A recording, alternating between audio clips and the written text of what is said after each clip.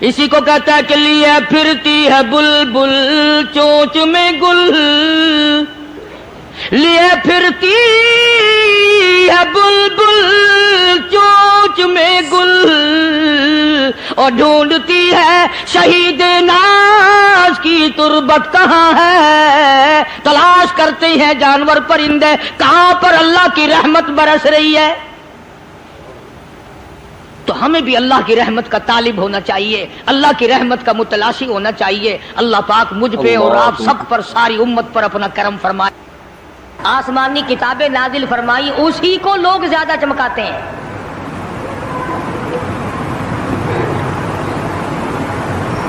خدا اس بات کو گوارا ہی نہیں کرتا کہ میری طرف سے بغیر میرے اعلان کے کوئی ذرہ برابر اعلان کر سکے۔ وہ کسی قلندر کو، کسی ملنگ کو، کسی کو اختیار نہیں دیتا۔ جن کا خدا جیتا جاگتا حی و قیوم قائم دائم ہے وہ تو ایسا ہے، اور جن کا خدا کبھی پیدا ہوتا ہے کبھی مر جاتا ہے ان کی میں بات نہیں کرتا۔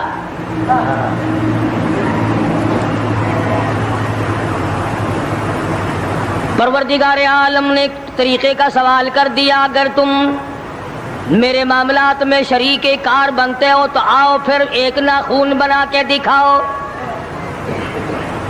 ایک بال بنا کے دکھاؤ، درخت کا ایک پتا بنا کے دکھاؤ، پتھر کا ایک روڑا بنا کے دکھاؤ، مٹی کا ایک ذرہ بنا کے میرے سامنے لاؤ۔ پروردگار عالم نے فرمایا چلو تم سے گائے کیا بنواؤں گا، بھینس کیا بنواؤں گا، بکری کیا بنواؤں گا، زمین و آسمان تم کیا بناؤ گے، چاند سورج ستارے کیا بناؤ گے، انسان تو بنانا تمہارے بس کا کام کہاں ہے۔ لن یخلقوا ذبابا، تم مجھے مکھی کا ایک پر بنا کے تو دکھاؤ۔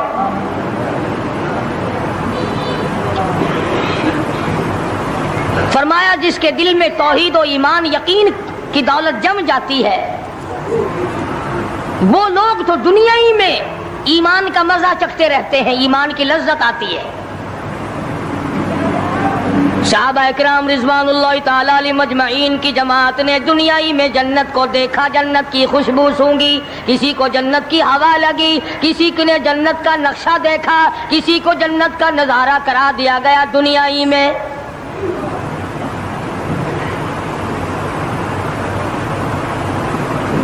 خوش نصیب تھے وہ لوگ جنہوں نے محنت سے اپنی آخرت کو بنایا، اپنی قبر کو بنایا، اپنی تمام تر زندگی میں کبھی بے فکری سے بسر نہ کی، رات کو سوچا، دن کو سوچا، صبح کو خیال کیا، شام کو خیال کیا۔ یہ ناپائیدار زندگی ہے، یہ ختم ہونے والی زندگی ہے، اس لیے مجھے دائمی زندگی کی کچھ تیاری کرنی چاہیے۔ ان لوگوں نے کمائی کی اور محمد کریم صلی اللہ تعالی علیہ وسلم کے ساتھ رہے، دنیا میں ان کو جنت کے مزے آیا کرتے تھے۔ من عمل صالحا من ذکر او انثى وهو مؤمن فلنحيينه حیاة طیبہ۔ محنت کرنی پڑتی ہے، تکلیف اٹھانی پڑتی ہے، پریشانی جھیلنی پڑتی ہے، جب جا کر کچھ کام بنتا ہے، استقامت کے ساتھ کام بنتا ہے، جہاد فی سبیل اللہ کے ساتھ کام بنتا ہے، گردنیں کٹانے سے کام بنا کرتا ہے، اپنی جانوں کا قیمہ بنوانے سے کام بنا کرتا ہے، پھونک مارنے سے نہ کبھی کام بنا اور نہ آج بن سکتا ہے۔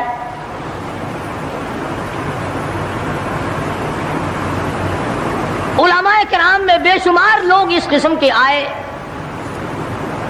جو استقامت کا پہاڑ ثابت ہوئے۔ ان میں سے بعض نے یہ لکھا ہے کہ بعض مرتبہ کھانے میں ایسا مزہ آتا تھا جیسے جنت کے کھانے کا مزہ آتا ہے۔ شاہ عبد الرحیم صاحب رائے پوری رحمہ اللہ، خدام نے عرض کیا حضرت پورا مہینہ گزر جاتا ہے رمضان المبارک کا، کچھ دو چار نوالے، دو چار لقمے کھا تو لیا کرو۔ تو فرمانے لگے میں اللہ پاک کا قرآن کریم دن کو پڑھتا ہوں، رات کو پڑھتا ہوں، سارا دن تلاوت کرتا ہوں، ساری رات تلاوت میں لگا رہتا ہوں، اور لوگوں تمہیں کیا معلوم ہے جب میں خدا کا قرآن پڑھتا ہوں میرے منہ میں جنت کے پھلوں کا مزہ آتا رہتا ہے۔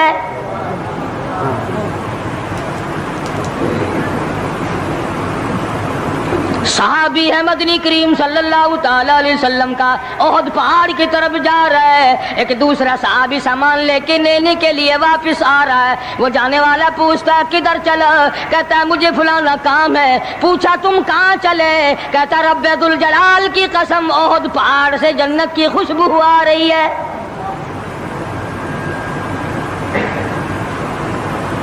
پہاڑ تھے یہ لوگ، ارادے کے استقامت اس قدر مضبوط تھی، دنیا کی کوئی طاقت ان لوگوں کو نہیں ہلا سکی۔ سید عطا اللہ شاہ صاحب بخاری رحمہ اللہ، علماء اکرام کی پگڑی تھی، علماء کے آبرو تھے شاہ صاحب، علماء کی عزت تھی۔ امرتسر میں جلسہ کیا شاہ صاحب نے، اطلاع ملی بہار میں لوگوں نے حسین احمد مدنی کی پگڑی اتار کر جلا دی۔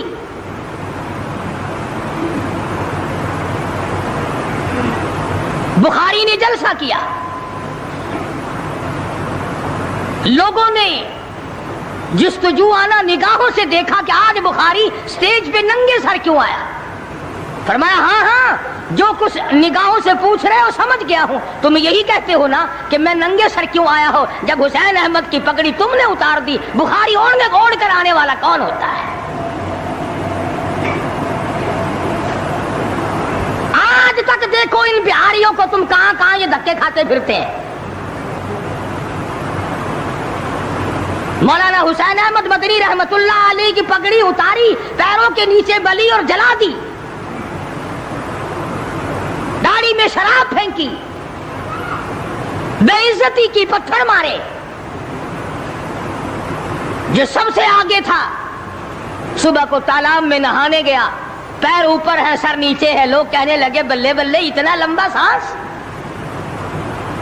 بہت دیر ہو گئی، جب آدھا دن گزرا لوگوں نے جا کے دیکھا حضرت دنیا سے تشریف لے جا چکے تھے، وہ مر چکا تھا، پاؤں اوپر سر پانی میں ڈوب کے مر گیا۔ اس طرح سے غرق کیا خداوند عالم نے، کیا میرے ولی کی توہین کرنے والوں تم بچ کے نہیں جا سکتے۔ لیکن محبوب جہاں رہتا ہو اس کی ہر چیز سے پیار ہوتا ہے۔ یہ مثال دینی تو نہیں چاہیے، ویسے سمجھانے کے لیے کہتا ہوں۔ مجنو کو ایک اونٹ والا آدمی مل گیا، اس نے مجنو نے پوچھا کہ تو کہاں چلا ہے؟ تو مشہور تو تھا ہی، لوگ جانتے تھے کہ یہ مجنون نے کہا لیلا کے شہر چلاؤں کہ میرا سلام کہیو بہت بہت، کہ اچھی بات۔ آدھا میل وہ اونٹ والا چلا، پھر دوڑ کے بھاگ کے اسے رلا، کہنے لگا میرا پیغام یاد ہے؟ کہ ہاں یاد ہے، کہ زور زور سے سلام کہنا۔ آدھا میل، ایک میل پھر چلا وہ اونٹ والا، پھر دوڑ کے مل گیا، حتیٰ کہ اس شہر میں ہی پہنچ گیا جہاں اس نے جانا تھا۔ اونٹ والا کہنے لگا رے میرا سر کھاتے کھاتے تو نے یہ وقت کر دیا، تو خود ہی جا کے سلام کہہ لے، اب تو شہر وہی آ گیا، میں کیا کہوں گا۔ تو جب شہر کے اس علاقے میں گیا جہاں لیلا رہتی تھی، تو گلی سے کتا نکلا، مجنو نے بیٹھ کے کتے کے پاؤں چومنے شروع کر دیے۔ لوگ کہنے لگے پاگل ہے، گدھا ہے، دیوانہ ہے۔ مولانا روم فرماتے ہیں، کہنے لگا پائے سگ بوسیدہ مجنو خلقش گفتہ اینچ بہود، پائے سگ بوسیدہ مجنو خلقش گفتہ اینچ بہود، گفت مجنو گاہے گاہے کوئے لیلا رفتہ بہود۔ لوگوں نے کہا پاگل، کتے کے پاؤں چوم رہا ہے، تیری عقل ماری گئی۔ مجنو کہنے لگا پہلے اپنی آنکھوں کا تو علاج کرو، تمہیں کتا تو نظر آتا ہے، یہ نظر نہیں آتا، یہ آیا کس کی گلی سے ہے، نکلا کس کی گلی میں سے ہے۔ جب دل میں کوئی بات سما جائے پھر یہی حال بنا کرتا ہے۔ جنگل میں بیٹھا ہوا مجنو انگلی سے لکیریں نکال رہا تھا، کچھ لکھ رہا تھا اور دیکھ رہا تھا۔ کسی نے پوچھ لیا کیا کر رہا ہے یہاں جنگل میں بیٹھا ہوا؟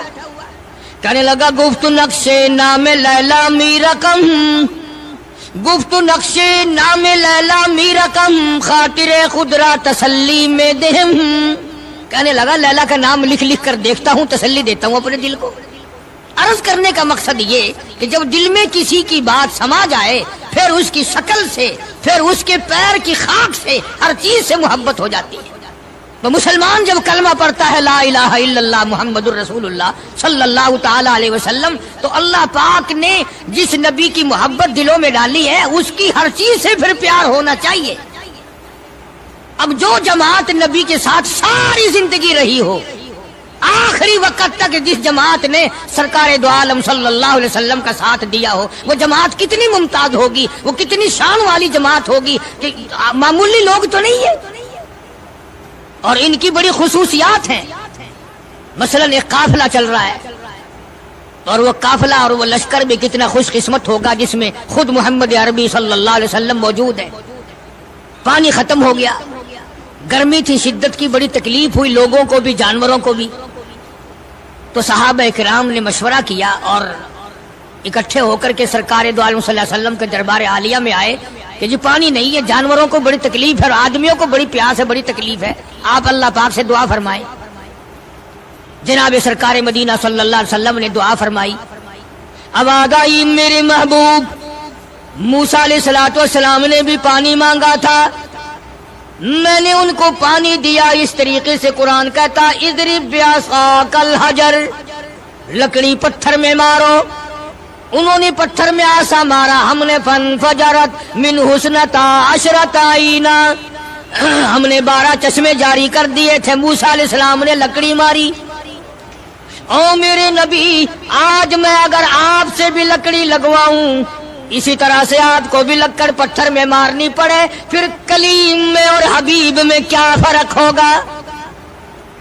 وہ کلیم اللہ ہے، آپ حبیب اللہ ہیں، آپ کو لکڑی مارنے کی ضرورت نہیں۔ یہ پیاری پیاری انگلیاں جو یتیم کے سر پہ پھرتی ہیں، یہ پیاری پیاری انگلیاں جو ہر صحابی کے ساتھ مسافہ ہونے میں ملتی ہیں، غریبوں کے لیے دعا کے لیے اٹھتی ہیں، میرے محبوب صلی اللہ علیہ وسلم یہی پیاری پیاری انگلیاں ایک پانی کے برتن میں آپ رکھ دیں، مجھے اپنی کبریائی کی قسم سارے قافلے کو ان انگلیوں سے نکلا ہوا پانی پلا دوں گا۔ چنانچہ آپ صلی اللہ علیہ وسلم نے ایک برتن میں انگلیاں رکھ دی، سارے جانوروں نے پانی پی لیا، سارے صحابہ کرام نے پانی پی لیا۔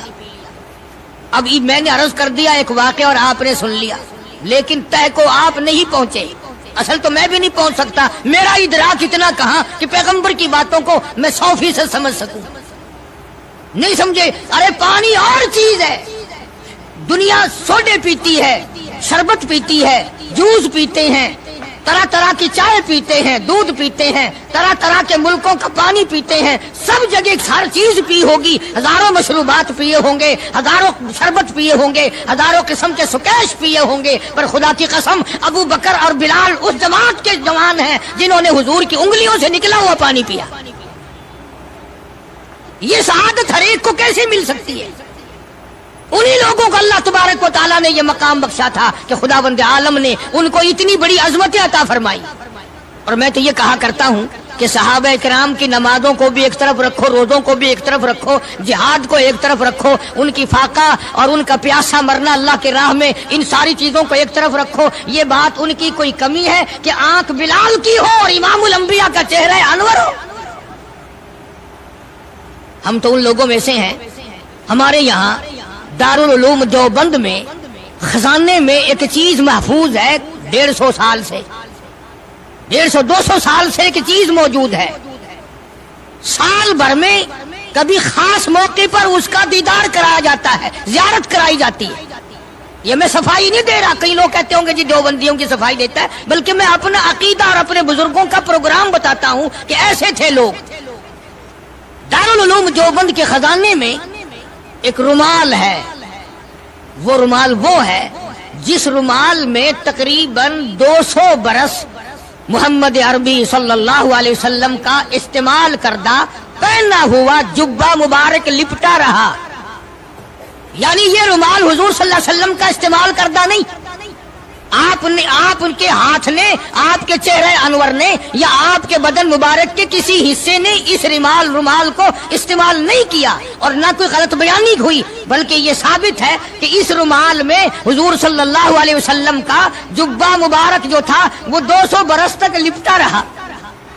حضرت مولانا محمد قاسم صاحب نانوتوی رحمۃ اللہ علیہ نے اس رومال کو سونے کی ڈبیا میں رکھا ہوا ہے، اور اس رومال کی سارے اللہ والے زیارت کرتے ہیں کہ یہ سرکار مدینہ صلی اللہ علیہ وسلم کے کپڑے کو لگا ہے، خود آپ کے جسم کو بھی نہیں۔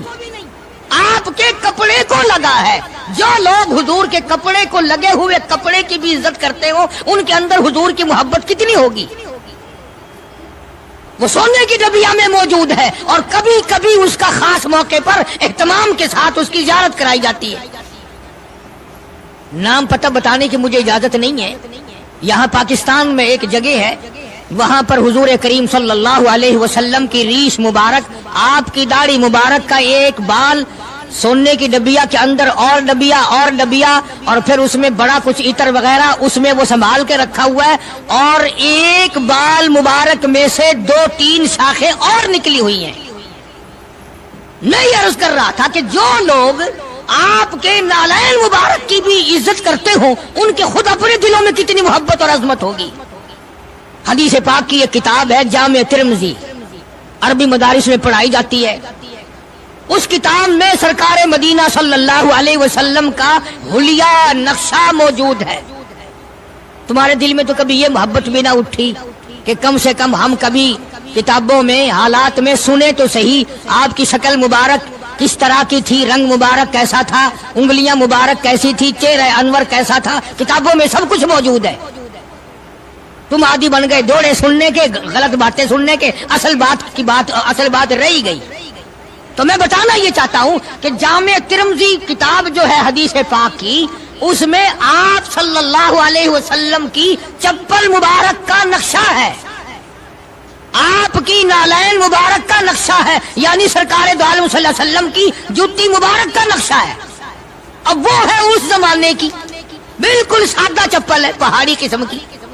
تو میرے بزرگوں کا اور میرے اکابر کا, علماء دیوبند کا یہ عقیدہ ہے کہ اگر کوئی آنکھوں سے وہ نقشہ دیکھ لے, توجہ کرنا, اور دل میں یہ خیال لائے ہیں یہ بھی کوئی جتی ہے, باٹا والے اتنی اچھی بناتے ہیں, سروس والوں کی اتنی چپلیں اچھی ہیں, فلانے ملک کی اتنی اچھی ہیں, امریکہ میں یوں بنتی ہیں, ہمارے یہاں کمپنیاں یوں بناتی ہے, یہ تو کوئی خاص چپل نہیں. ہمارے بزرگوں نے لکھا ہے جس کے دل میں اتنی سی بات آئی ایمان چلا گیا. ایمان نہیں رہے گا اس لیے کہ اس ذات کی نالین مبارک کی عزت بھی فرض ہے. آئی بات سمجھ میں, یعنی کس قدر عظمت ہے, کس قدر محبت ہے اور کس قدر تعلق ہے محمد عربی صلی اللہ علیہ وسلم کی ذات سے ان لوگوں کو. مولانا رشید احمد صاحب گنگوہی رحمت اللہ علیہ رمضان المبارک میں مدینے پاک سے مرید کھجوریں لا کے دے دیتے, تو آپ مریدین کو کھجوریں تقسیم فرماتے اور فرماتے گٹھلیاں مجھے واپس کر دو, کھجوریں کھا کر گٹھلیاں واپس دے دو. حضرت کیا کرتے, ان گٹھلیوں کو اکٹھا کر کے ہاون دستے میں کوٹ کر صفوف بنا کر رکھ لیتے, اور رمضان شریف میں جس پانی سے روزہ افطار کرتے وہ گٹھلیوں والا صفوف اس میں ملا کر پیتے کہ یہ میرے آقا کے شہر کی گٹھلیاں ہیں. کتنی بڑی عزت ہے. اس زمانے میں بجلیاں نہیں ہوتی تھی, چراغ جلتے تھے حضور کریم صلی اللہ علیہ وسلم کے گنبد خضرا پہ, جہاں ہر وقت اللہ کی رحمتیں برستی ہیں. اللہ ہر ایک کو زیارت نصیب فرمائے. 24 گھنٹے فرشتے سلام پڑھ رہے ہیں, صلات پڑھ رہے ہیں, درود پاک پڑھ رہے ہیں, چاروں طرف سے رحمت ہی رحمت برس رہی ہے. تو زیتون تیل جلتا تھا, کسی مرید نے حضرت کو لا کے وہ چراغ کا بچا ہوا تیل, ایک تو زیتون ویسے بکبکا ہوتا ہے, زیتون کا تیل کوئی ذائقے دار نہیں ہوتا, ویسے ہی بکبکا, اور پھر اس چراغ کا بچا ہوا جو جل چکا ہو اور بھی زیادہ بدبودار ہو جاتا ہے.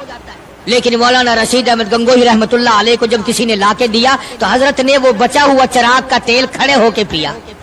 تو کسی نے پوچھا حضرت یہ کیوں؟ فرمایا تجھے کیا معلوم ہے, یہ اس چراغ کا بچا ہوا تیل ہے جو کالی کملی والے صلی اللہ علیہ وسلم کے روزہ اقدس پہ جل رہا تھا. مولانا محمد قاسم صاحب نانوتوی رحمت اللہ علیہ کو کسی نے مدینے پاک سے رومال لا کے دیا, آپ اس کو چومنے لگے, آنکھوں سے لگانے لگے. تو کسی نے کہا حضرت کیا چوم رہے ہو, یہ تو اٹلی کا بنا ہوا رومال ہے, مدینے میں رومال تھوڑے ہی بنتے ہیں, یہ تو اٹلی کا فلاں ملک کا بنا ہوا, جرمن کا بنا ہوا رومال ہے, آپ چوم رہے ہیں اس کو, یہ مدینے میں تھوڑی فیکٹری کوئی رومالوں کی کارخانہ ہے. فرمایا نہیں ٹھیک ہے مجھے بھی پتا ہے بنایا جرمن والوں نے ہے, بنا اٹلی میں ہے, لیکن یہ بات تو دیکھ میں تو اس لیے چوم رہا ہوں کہ مدینے کی ہوا اس کو لگی ہے, مدینہ منورہ کی اس کو ہوا لگ گئی ہے, اس لیے میں محبت میں چوم رہا ہوں.